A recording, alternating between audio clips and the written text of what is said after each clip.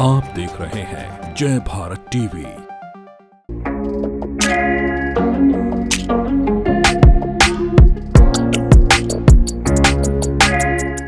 भारत में प्रेम कहानियों का अपना एक इतिहास रहा है। ब्रिटिश काल में यूं तो भारत अंग्रेजों के अधीन रहा, लेकिन कुछ अंग्रेज ऐसे भी रहे जिन्हें भारत की जमी से बेहद लगाव रहा। यहां तक कि मौत के बाद उन्होंने इसी सरजमी में दफन होना पसंद किया। साथ में अपनी प्रेम कहानियों के चलते ये अंग्रेज आज भी हर भारतीय की जुबां पर रहते हैं। ऐसी ही एक कहानी है जॉन हेराल्ड एबर्ट और उनकी पत्नी कैथरीन की। जी हाँ, वही एबर्ट जिनके नाम से उत्तराखंड के लोहाघाट में एक समूचा पहाड़ जाना जाता है, यानी एबर्ट माउंट, जिसे लोग हॉन्टेड साइट के तौर पर जानते हैं। लेकिन एबर्ट माउंट की असली पहचान हेराल्ड एबर्ट और उनकी पत्नी कैथरीन के असीम प्रेम से जुड़ी हुई है। जॉन हेराल्ड एबर्ट के बारे में पूरी दुनिया जानती है। भारत जब गुलामी के दौर से गुजर रहा था, उस समय झांसी के जमींदार हुआ करते थे एबर्ट। स्वास्थ्य कारण जब उन्हें सलाह दी गई कि बेहतर स्वास्थ्य चाहिए तो आप उत्तराखंड के इन पर्वतीय इलाकों की तरफ जाइए। उनकी पत्नी कैथरीन उन्हें लेकर रानीखेत पहले पहुंची थी। उसके बाद उन्हें वहां एक खुली जगह की आवश्यकता थी।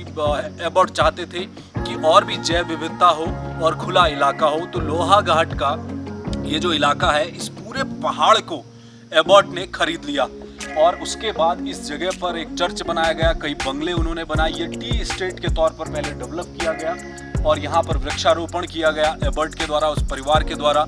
यहाँ पर सेब के बगीचे लगाए गए और भी तमाम वृक्ष यहाँ लगाए गए जो इस वेजिटेशन में जो हो सकते थे, और एबर्ट का पूरा परिवार यहाँ रहा। जॉन हेराल्ड एबर्ट का जन्म 1863 में स्कॉटलैंड में हुआ था। बाद में जॉन झांसी आ गए और यहाँ बतौर व्यापारी और पॉलिटिशियन काम करने लगे।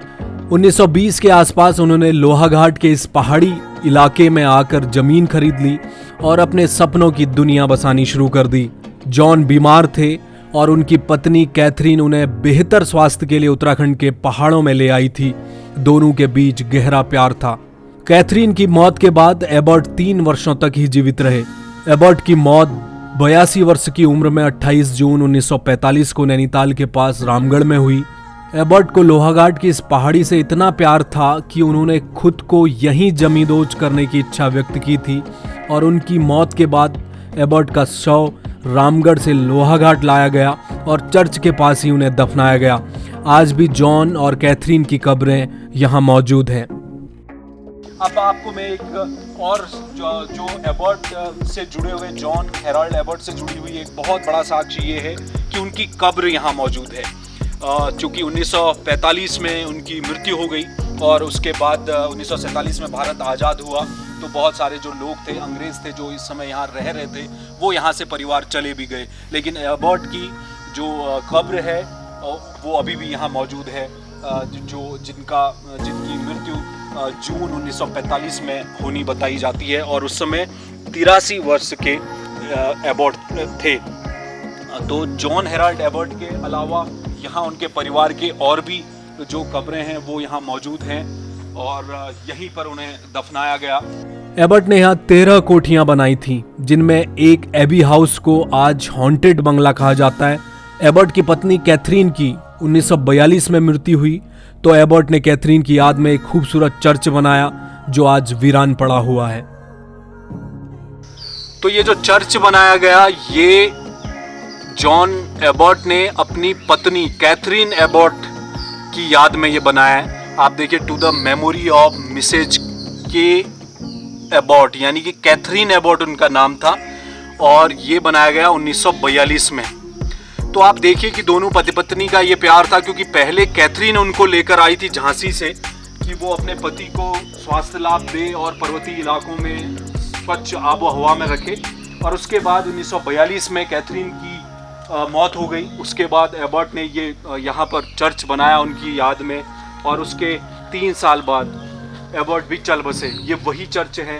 अब चूंकि इस पूरे इलाके को हॉन्टेड साइट बताया जाता है, ये वो चर्च है। जब भी कोई माउंट एबर्ट पहुंचता है, ये पूरा पहाड़ी एबर्ट ने खरीद लिया था, तो इसीलिए इसे माउंट एबर्ट कहा जाता है इस पूरे इलाके के। और यहाँ पर एक बंगलों की श्रृंखला है, अलग अलग बंगले बनाए गए थे। उस समय वहाँ अंग्रेज परिवार रहते थे। ये इलाका वीरान इलाका रहा था। अभी भी आप देखेंगे चारों तरफ जंगल हैं, घने जंगल यहाँ पर हैं। सेब के पेड़ भी एबर्ट ने लगाए थे। यहाँ का जो भी सामान खाने पीने का जो अंग्रेज परिवार लाते थे, वो नज़दीकी स्टेशन था टनकपुर, वहाँ तक ट्रेन आती थी, वहीं से माल लाया जाता था और कोई दूसरा साधन नहीं था। घोड़े और खच्चर में वो सामग्री यहाँ लेकर आते थे। तो उस वक्त चूंकि सड़कें इस तरह से डेवलप नहीं थी, तो अंग्रेज परिवार यहाँ रहना चाहते थे, इस जगह को छोड़ना नहीं चाहते थे। भारत आज़ाद हो चुका था, बहुत सारे जो अंग्रेज थे वो भारत में ही रहे, लंबे समय तक भारत में वो रहे, उनका जीवन यहीं कटा और बाद में यहीं उनकी मृत्यु भी हुई। ऐसे बहुत सारे नाम हैं, उनमें से एक एबर्ट का नाम है। इसलिए जॉन हेराल्ड एबर्ट का नाम इसलिए भी माना जाता है यहाँ पर कि वो एक जब यहाँ रहे थे तो उनका दिल बहुत भारतीयों के लिए बेहद नरम था। इसीलिए उन्होंने अपने बंगले को भी दान में दे दिया कि यहाँ के लोगों को स्वास्थ्य सुविधाएं मिल जाएं। आज की इस पूरी खबर में हमने यही कोशिश की कि एक बेहद खूबसूरत जगह है, लोहाघाट से महज 8-9 किलोमीटर की दूरी पर आप आइए और उत्तराखंड की जो जैव विविधता, जो जिस तरह का फॉरेस्ट यहाँ मौजूद है, डेंस फॉरेस्ट यहाँ मौजूद है, बांज के पेड़ हैं, बुरांस का जंगल है, बहुत शानदार क्लाइमेट यहाँ का है और बड़ी संख्या में आज भी लोग यहाँ पहुँचते हैं। आपको जब कभी मौका मिले तो आप जरूर यहाँ एबर्ट माउंट आएँ। अपने सहयोगी नवजीवन भंडारी के साथ हेमबर्ट, जय भारत टीवी, एबर्ट माउंट।